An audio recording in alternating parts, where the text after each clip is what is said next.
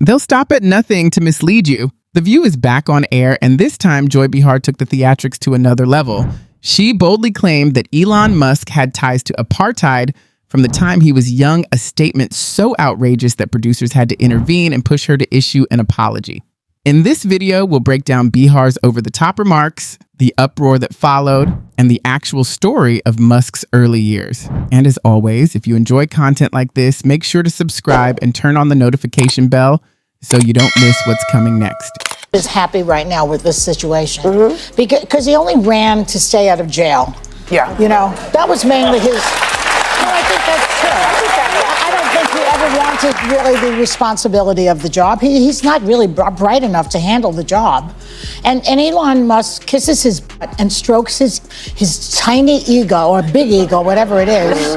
And he doesn't get to he can take a nap while the guy who was not born in this country, who was born under apartheid in South Africa, so has that mentality. Not even a full minute passed before it happened.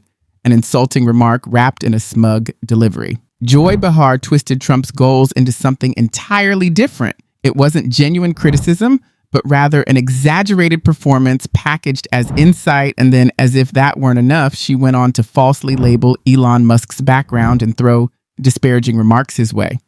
Foreign agent, an enemy of the United States. He was pro-apartheid, as I understand it. He's a naturalized citizen. Right? Now. He's a naturalized Now he's citizen. a naturalized citizen. Oh, really? How did he do that? Did he come over the border legally? He had an H-1B visa, I believe. He flew in. Yeah, he allegedly overstayed that. What she pushed out was nothing but a bubble of falsehoods. The truth about Elon's path to America is often misrepresented. While some claim he came as a Canadian, the actual timeline shows he first entered on a student visa, later secured an H-1B, and finally became a U.S. citizen in 2002. Think about that. If they can't even get the basics right, why trust the rest of their claims? Meanwhile, Elon is building rockets, revolutionizing industries, and working toward making humanity a multi-planet species. And Joy?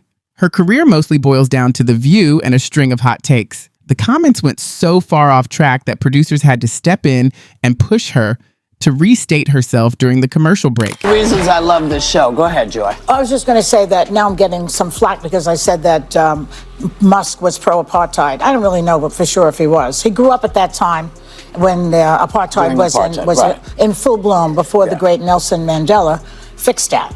He was around at that time, but maybe he was, maybe he wasn't. He might have been a young guy, too. Might have been. So don't be suing me, okay, Elon? They're allowed to say any lie they want, but we have to be really strict.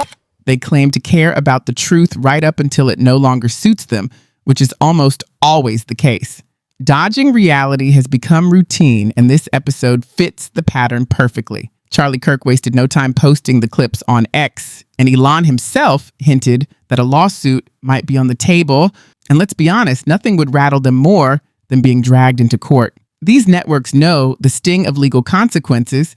ABC recently coughed up $15 million in a settlement tied to Trump. So who's to say another round isn't on the horizon? Only this time, they'd be facing a very different kind of giant. Elon all but acknowledged as much during his latest appearance on the Joe Rogan Experience.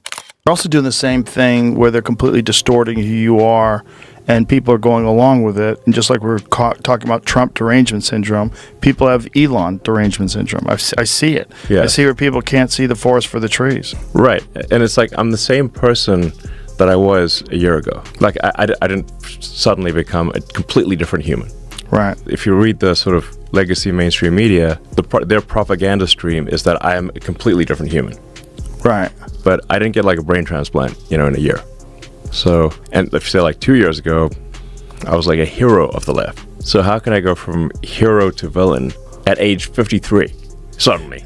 MSNBC, CNN. Yeah. It's like, that's what it is. Yeah. Not long ago, the left treated Elon like a modern day icon, showering him with praise at every turn. In fact, they were some of Tesla's best promoters, hyping up electric cars, cheering for SpaceX, and painting him as the face of the future. Take the Washington Post, which described Obama's 2015 State of the Union address as one giant hug for Elon Musk. He even donated to Hillary Clinton's 2016 campaign, a clear nod to Democratic politics at the time. But now that he's stepped away, the tone has flipped. They're determined to tear him down, recycling the same playbook they've used on others who broke ranks, including Donald Trump. The attacks are so scripted, you can almost predict the next line. And since Joy dragged Elon's childhood into this, why not hear it straight from him instead? You had a rough childhood. Yeah. Yeah, like rough and tumble, rough childhood. Plenty of fights, and a father who was a difficult creature to contend with. Okay, what did that do for you?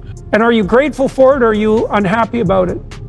Well, I guess you never know the things that really made you who you are today. So at the end of the day, am I on net grateful for my life? I am. And perhaps even for the hard things.